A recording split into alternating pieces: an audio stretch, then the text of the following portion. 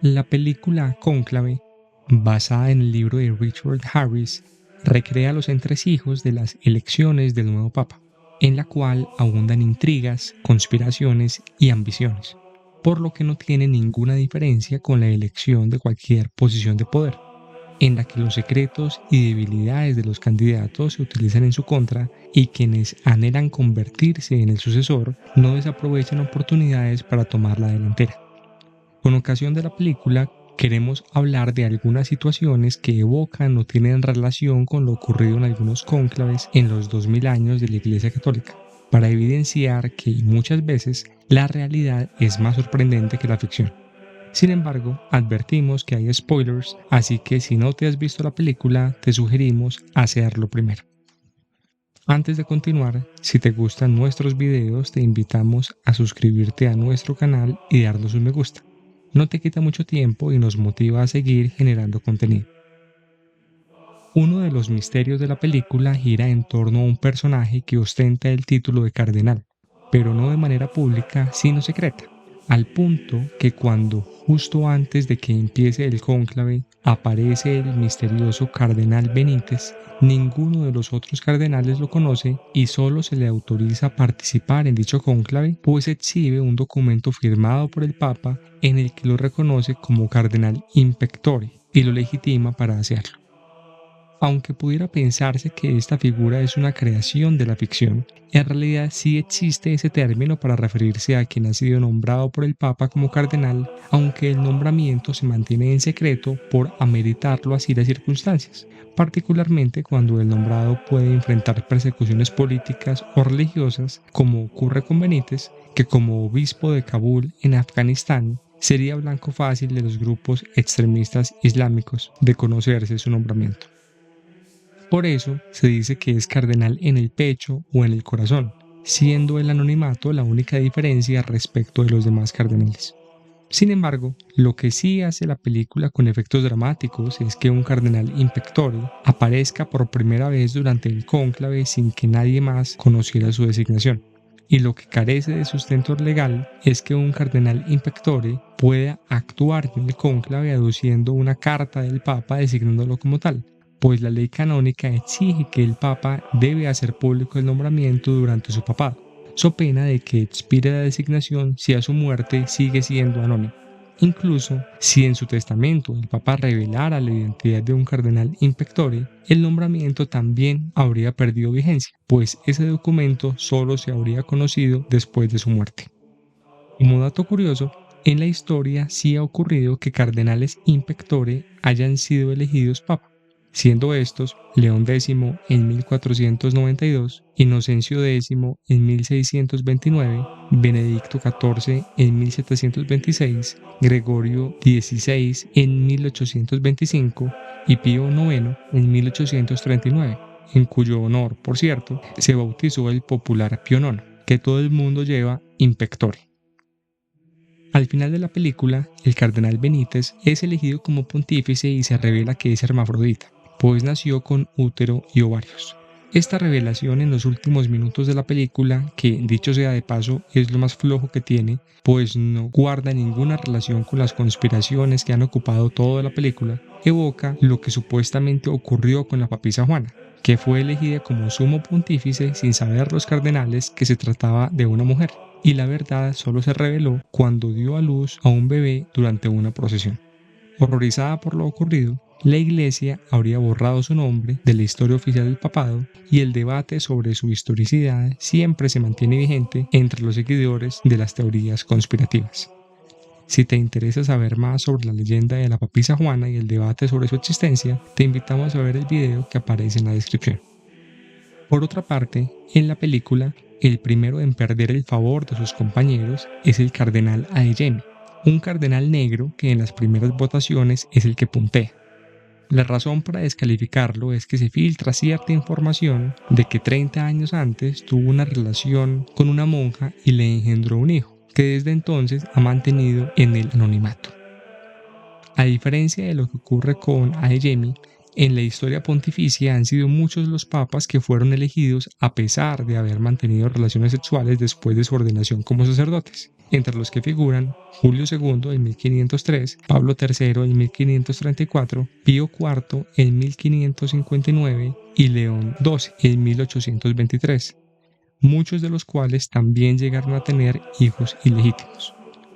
Otros incluso no suspendieron sus actividades ilícitas tras convertirse en papas, sino que le dieron rienda suelta a su lujuria durante todo su pontificado, como Sergio III en el año 904, Juan XII en el 955, Sixto IV en 1471, León X en 1513 y Julio III en 1550, dejando también algunos hijos ilegítimos.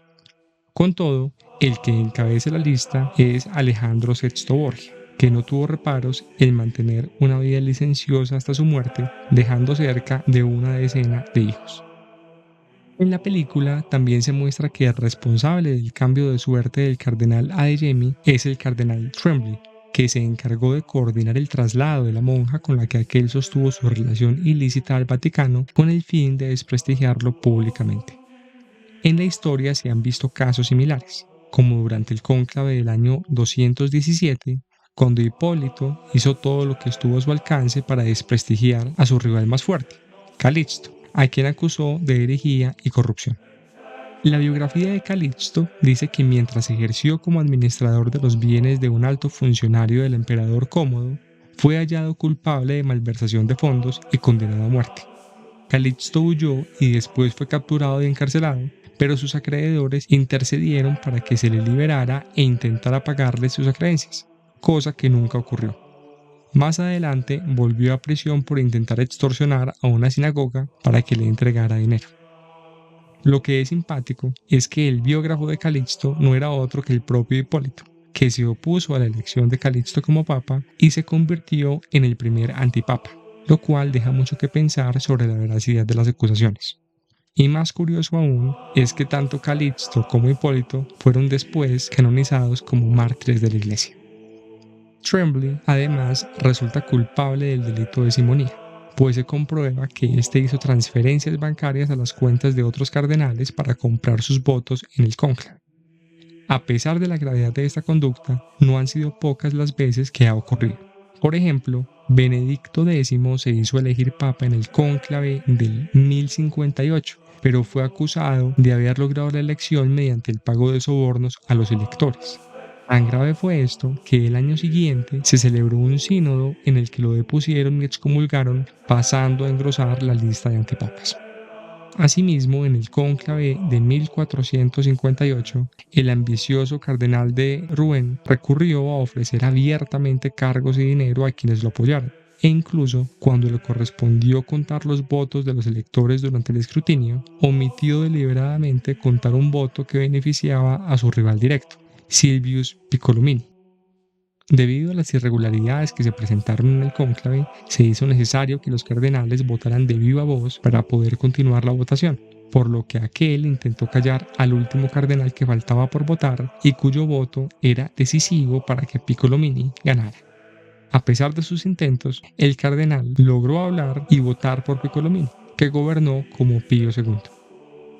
Mención aparte merece a Alejandro VI, el Papa Borgia, que ofreció dinero, propiedades, títulos, palacios y todo lo que los electores le pidieran para lograr hacerse con el papado, lo cual consiguió sin dificultades y lo convirtió en el papa más corrupto de la historia. De otro lado, en la película se muestra que el cardenal Bellini decide apoyar a Tremblay y endosarle sus votos no a cambio de dinero, sino de la Secretaría de Estado del Vaticano. Algo similar ocurrió con Borgia, quien para que su contendor, el cardenal Sforza, diera un paso al costado, le entregó una fortuna y le prometió la vicecancillería de la Santa Sede, una posición que por el poder que ejercía era equivalente al trono pontificio. En la película, el cardenal Tedesco comparte ciertos rasgos con Joseph Ratzinger, particularmente en lo que tiene que ver con su deseo de ocupar el trono de San Pedro y de sus posturas tradicionalistas, su crítica al relativismo moral, la reivindicación del uso del latín y de la misa tridentina, entre otras cosas, lo que supondría que de ser elegido papa tendría un plan de gobierno similar al de Benedicto XVI. Por el contrario, el cardenal Benítez tiene cierto parecido con Jorge Bergoglio, pues es un hombre espiritual que vive con sencillez y que se interesa en llevar el mensaje de Cristo a lugares de difícil acceso como Afganistán, incluso a pesar de los riesgos que ello conlleva. Pero lo más llamativo es que justo antes de la votación en la que es elegido papa, Benítez les habla a los demás cardenales y les explica por qué es necesaria una iglesia más humana y tolerante. Palabras que calan profundamente en los electores que terminan dándole su voto. Esto alude a lo ocurrido durante el cónclave de 2013, cuando una corta intervención de Bergoglio justo antes del cónclave tuvo un profundo impacto en el colegio cardenalicio, que la consideró visionaria y, según dicen algunos, fue determinante para que votaran por él como papa. En el transcurso de la película, el ambicioso cardenal Tedesco le dice al cardenal Lawrence que el próximo papa debe ser italiano, pues hace décadas no ha habido ninguno y claramente él es el indicado para ocupar ese lugar. Aunque no es objeto de la película, en la historia se presentó una situación muy interesante en la que la presión para elegir un papa de origen italiano desencadenó un grave conflicto que dio lugar incluso a un cisma en la iglesia. El papado de Bonifacio VIII fue particularmente tenso con la monarquía de Felipe IV de Francia, a quien nunca reconoció como superior y tampoco le reconoció varias potestades, en particular en materia de imposición y recaudo de impuestos al clero, lo cual hizo que ambos mantuvieran un enfrentamiento constante que incluyó excomuniones por parte de uno y la confiscación de bienes por parte del otro.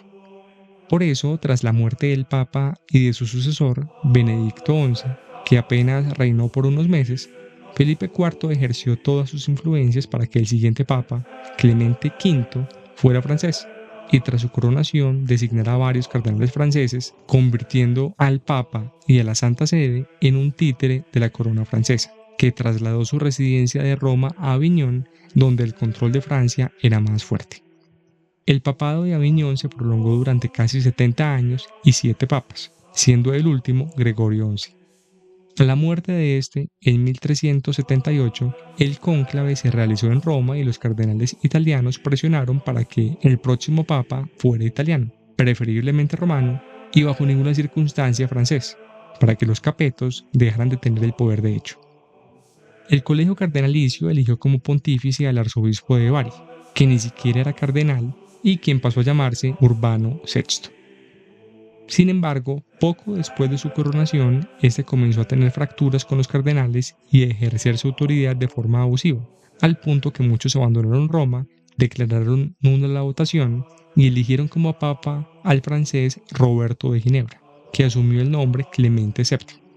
Como no tenía respaldo de los romanos, que seguían apoyando a Urbano VI, Clemente VII tuvo que huir a Aviñón, donde fungió como pontífice hasta su muerte, dando lugar al cisma de Occidente, que se prolongó hasta 1429, periodo durante el cual fueron varios los papas que simultáneamente se consideraban la única y verdadera cabeza de la Iglesia.